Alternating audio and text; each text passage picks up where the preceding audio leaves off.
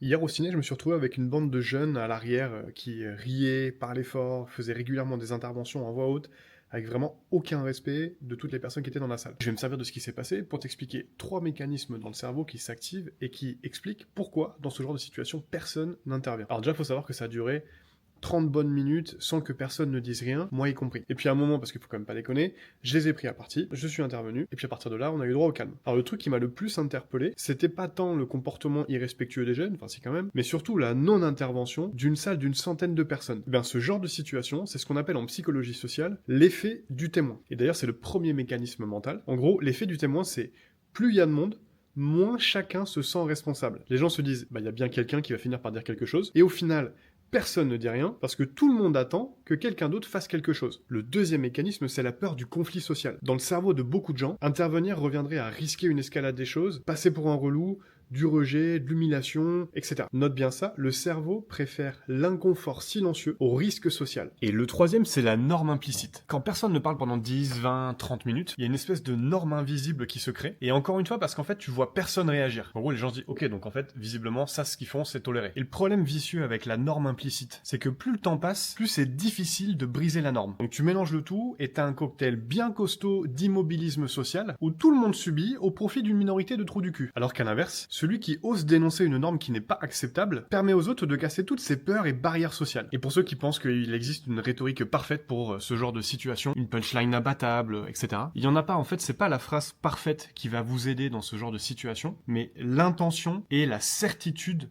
de votre intervention. Dites-moi en commentaire si vous avez déjà vécu ce genre de situation et qu'est-ce que vous avez fait.